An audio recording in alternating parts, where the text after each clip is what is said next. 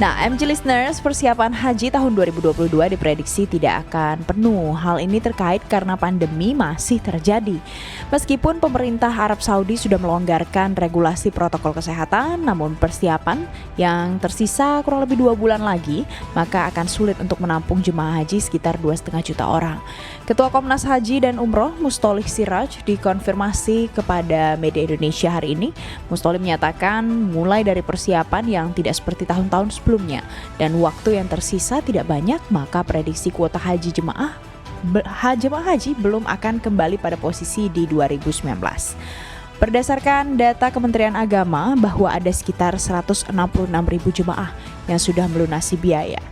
Siraj menilai persiapan ibadah haji perlu persiapan yang matang karena menyangkut kenyamanan dan juga keselamatan warga dunia. Nah, untuk membahas dan mengulas lebih lanjut, kita sudah bergabung dengan Ketua Komnas Haji dan Umroh, Mustolih Siraj, melalui sambungan telepon. Selamat pagi Pak Mustolih, salam sehat. Salam sehat, Assalamualaikum Mbak. Waalaikumsalam. Nah, Pak Mustolih, ini tahun ini berapa Pak sebenarnya jamaah haji yang sudah pasti bisa diberangkatkan?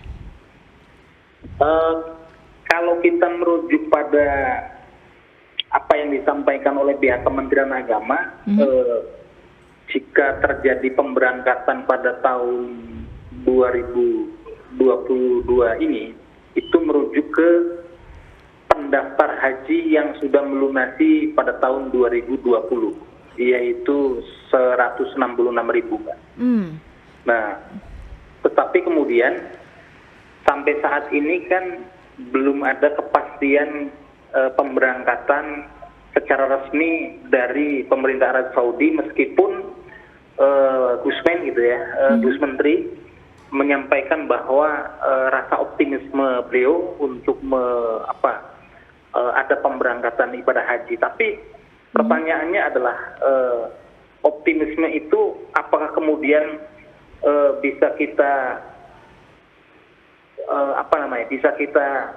maknai kuotanya itu kuota penuh atau tidak. Nah itu ininya Mbak, persoalannya begitu ya. Baik, Pak Mustolih, ini kan sebelumnya Kemenak juga sempat menyampaikan kalau mudah-mudahan sebelum Ramadan ini sudah ada kepastian mungkin terkait dengan angka. Nah, kalau dari penetapan pemerintah Arab Saudi belum ada sampai sekarang, apa Pak upaya pemerintah supaya ini bisa sedikit jelas mungkin kepastiannya? Ya, semua masyarakat Muslim tidak hanya di Indonesia saya kira Mbak, tapi juga masyarakat Muslim dunia itu kan memang menantikan keputusan dari pemerintah Arab Saudi, karena terkait dengan pemberangkatan atau kemudian penyelenggaraan ibadah haji itu tergantung dan menjadi otoritasnya pemerintah Saudi begitu ya. Tidak adakah lobby-lobby atau pendekatan komunikasi yang bisa dilakukan pemerintah? Ya tentu kalau pendekatan lobby-lobby kan sudah dilakukan oleh Pak Menteri begitu ya, dan saya kira kita kan juga punya kedubes di sana Pak Abdul Aziz gitu ya. Nah tentu ini karena ini menjadi agenda yang saya kira sangat krusial, pasti hal-hal semacam ini kan terus dipantau begitu ya. Nah tapi sekali lagi bahwa penyelenggaraan ibadah haji ini kan berbeda dengan kunjungan-kunjungan atau acara-acara lainnya begitu ya. Kalau ini memang murni otoritasnya pemerintah sana, sehingga suka atau tidak suka, mau tidak mau kita juga harus tunduk dan mengikuti keputusan pemerintah Arab Saudi sebagai negara tuan rumah gitu Mbak. Nah Indonesia ini kan sebagai negara pengirim jamaah. Nah tentu dengan waktu yang sudah makin mepet begitu ya. Ini Ramadan saja kira-kira kurang dari 1 minggu ya ke depan ini. Sehingga praktis waktu penyelenggaraan ibadah haji, kalau melihat rencananya Kementerian Agama itu kan pemberangkatan itu dimulai itu kan ke awal Juni gitu, atau tepatnya itu tanggal 5 Juni. Nah ini sekarang sudah memasuki akhir Maret, atau beberapa 1 minggu lagi kan akan memasuki bulan April. Berarti kita praktis kurang lebih hanya memiliki waktu kira-kira 2 bulan Mbak. Baik. Nah maka dari situasi seperti sekarang ini, seperti yang tadi disampaikan di awal, saya punya prediksi, kalaupun ada penyelenggaraan ibadah haji tahun 2022 ini, kuotanya belum akan kembali pada semula di tahun 2019 yaitu 231.000 begitu ya. Baik. Nah, artinya ini bukan pesimisme, tetapi karena persoalan haji itu kan butuh persiapan yang sangat matang, Pak. Karena ini membawa rombongan besar, ratusan ribu orang bergerak begitu dalam waktu yang sangat terbatas, dan belum lagi misalnya persiapan teknisnya, Pak. Baik. Misalnya MOU sendiri kan belum ada nih, karena setiap tahun itu ketika ada penyelenggaraan ibadah haji, Mbak, semua negara-negara itu kan diundang, termasuk negara kita gitu ya, pemerintah kita diwakili oleh Kementerian Agama untuk melakukan MOU penyelenggaraan ibadah haji, dan itu dilakukan setiap tahun. Biasanya kalau lalu-lalu itu terjadi sebelum bulan Ramadan gitu ya. Nah, karena implikasi dari nanti setelah dilakukan MOU, penandatanganan MOU, Memorandum of Understanding, perjanjian kesepemahaman begitu ya, penyelenggaraan ibadah haji, itu kemudian akan diikuti oleh langkah-langkah teknisnya, Mbak. Misalnya menyiapkan embarkasi. Bandara kita kan ada beberapa embarkasi untuk dilakukan penerbangan jamaah gitu ya. Belum lagi kemudian persiapan hotel begitu, penginapan bagi jamaah di sana. Belum lagi misalnya transportasi darat gitu ya. Belum lagi transportasi udara.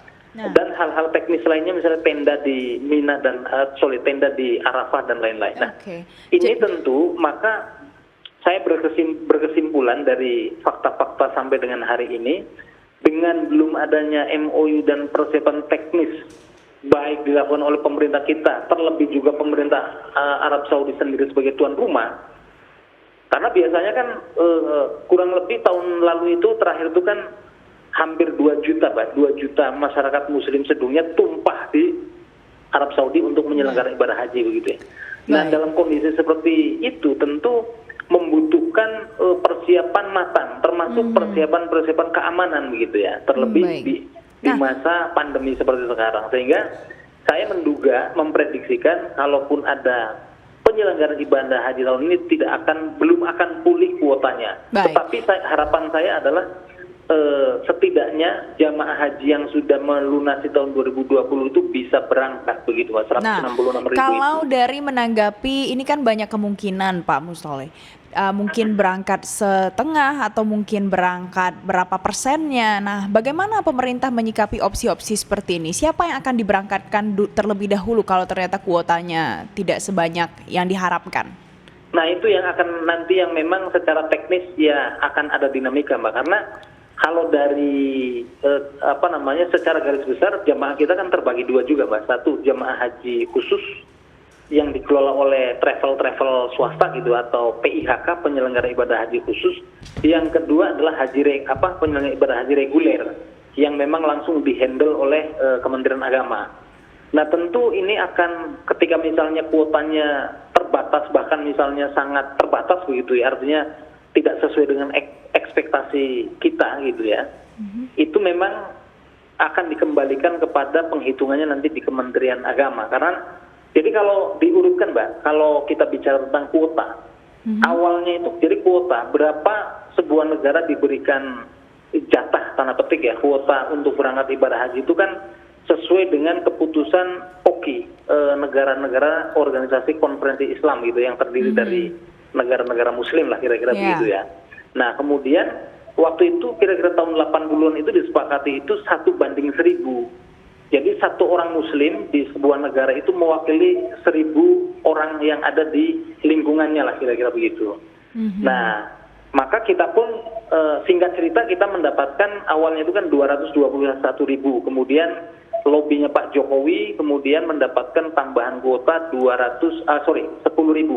jadi 231. Itu terdiri dari haji reguler dan haji khusus. Nah, rumusnya adalah ditentukan dulu kuota nasional yang dari Arab Saudi itu berapa, baru kemudian diturunkan lagi menjadi kuota provinsi berapa kaum musliminnya yang ada di provinsi itu, kemudian diturunkan lagi di level kabupaten kota, baru kemudian nanti di breakdown di level kecamatan dan kelurahan begitu. Nah, tentu hitungan itu akan menyesuaikan dengan berapa kuota yang nanti akan yang akan diberikan oleh pemerintah Arab Saudi. Nah, tentu pasti akan ada ya tarik menarik tentu dong. Artinya kepala ini kan juga ada kepentingan para kepala daerah juga Mbak, yang misalnya Jawa Barat yang penduduknya besar atau Jawa Timur begitu ya. Belum lagi NTB yang kemudian muslimnya juga tidak kalah banyak, belum lagi Banjarmasin atau Kalimantan Selatan, Aceh, belum bicara masyarakat Padang begitu ya. Yang kita kenal bahwa wilayah-wilayah itu wilayah-wilayah yang sangat religius masyarakatnya begitu. Nah ini tentu akan ada dinamika-dinamika yang saya kira juga mesti dimulai difikirkan oleh pihak Kementerian Agama. Bagaimana nanti artinya menyiapkan beberapa skenario ketika kemudian penyelenggaraan ibadah hajinya berjalan tetapi kuotanya sangat terbatas. Nah tetapi acuannya tetap menggunakan acuan tahun mereka yang sudah melunasi di tahun 2020 yang kemudian tidak sempat diberangkatkan begitu Pak. Baik, nah berarti memang harus disiapkan oleh pemerintah ya Pak ya, skenario-skenarionya beberapa opsi begitu supaya masyarakat bisa terakomodir. Bapak, tapi kalau dari dinamika yang sampai hari ini sudah terjadi, kira-kira peluang untuk berangkat haji ini berapa persen Pak? Iya, saya juga belum bisa memastikan prosentasenya berapa, Mas. Terlebih misalnya 1-2 hari ini kan ada, kita dengar kabar dari Arab Saudi kan ada semacam insiden yang membuat ketegangan di sana. Kilang minyak, stok kilang minyak di Jeddah itu juga terbakar begitu ya. Nah ini tentu akan langsung ataupun tidak langsung akan mempengaruhi dinamika di sekitar kawasan begitu ya. Termasuk saya kira juga akan mempengaruhi bagaimana kemudian keamanan penyelenggaraan ibadah haji mendatang. Karena saya sering bilang bahwa penyelenggaraan ibadah haji yang dihadiri oleh masyarakat muslim sedunia ini kan akan menjadi sorotan publik, Mbak, ya kan? Yeah.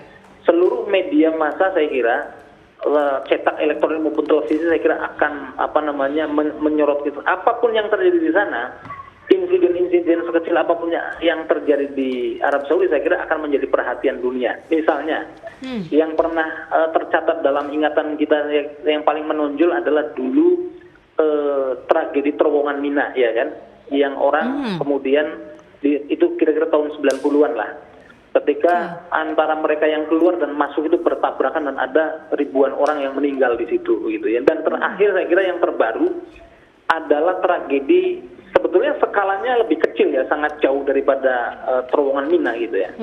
Tapi efeknya saya kira masih terasa sampai sekarang ketika Masjidil Haram sedang dalam kondisi perbaikan dan di situ terjadi ada masyarakat muslim yang sedang beribadah di Masjidil Haram, kemudian kren untuk pembangunannya itu kan jatuh menimpa jamaah, ya kan? Nah, di situ pun masyarakat kita kalau tidak salah itu ada 12 orang yang wafat begitu ya. Belum lagi yang terluka. Ini juga menjadi perhatian publik. Nah, yang mau saya katakan adalah apapun sekecil apapun yang insiden yang akan terjadi di Arab Saudi dalam konteks penyelenggaraan ibadah haji ini akan mempertaruhkan nama baik Arab Saudi di mata dunia begitu, Pak. Nah, maka dalam kondisi dinamika seperti sekarang ada Omikron gitu ya, ada pandemi, kemudian ada ketegangan kawasan atau ada insiden tadi meledaknya cadangan minyak yang ada di Jeddah, saya kira juga akan menjadi pertimbangan bagi pemerintah Arab Saudi bagaimana kemudian nanti kepercayaan masyarakat dunia terkait dengan pengamanan dan keamanan yang ada di situ begitu, Pak. Baik. Nah, tadi Bapak juga sempat singgung ya, sekarang kan masih dalam masa pandemi, tapi ternyata penerapan protokol kesehatan COVID-19 kan juga terus dilonggarkan, menyesuaikan dengan kondisi dan juga perubahan saat ini.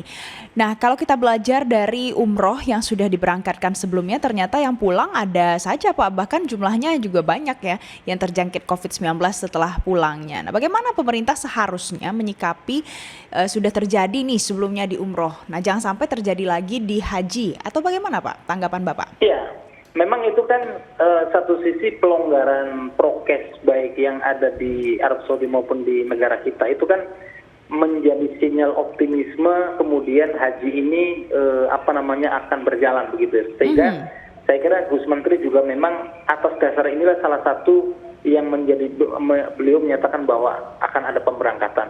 Oke. Karena penundaan haji yang terlalu lama ini akibatnya akan kemana-mana, Mbak. Bukan hanya soal antrian, tapi bagi pemerintah Arab Saudi sendiri juga berefek kepada sektor ekonomi mereka begitu ya. Karena sudah 2-3 tahun ini kalau tahun ini mungkin tidak ada penyelenggaraan haji atau hajinya tetap terbatas pada seperti 2 tahun sebelumnya, ini hotel-hotel mereka akan kosong selama 3 musim, Mbak. Nah ini saya kira pukulan berat bagi mereka.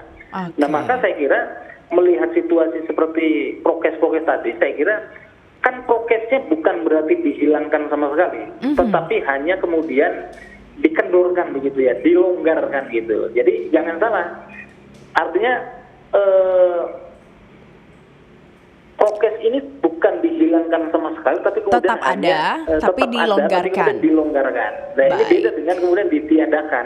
Baik. Nah pelonggarannya seperti apa kan tetap mengukur bagaimana kemudian penyelenggaraan haji ini tetap aman bagi jamaah, dan tentu keselamatan dan aspek kesehatan akan menjadi pertimbangan utama begitu, Mbak. Baik, mudah-mudahan nanti semua dialog kita ini bisa jadi salah satu bahan masukan untuk pemerintah dalam upaya mengusahakan seoptimal mungkin untuk keberangkatan haji tahun ini. Begitu ya Pak ya? Baik, amin Mbak. Baik, amin, terima Mbak. Saya kira kasih. semua kita berharap seperti itu. Terima kasih Pak Mustolis Siroj, Ketua Komnas Terima Haji kasih. dan Umroh untuk informasinya dan sudah bergabung bersama kami di MG Radio Network. Sama-sama Mbak. Assalamualaikum. Waalaikumsalam warahmatullahi wabarakatuh.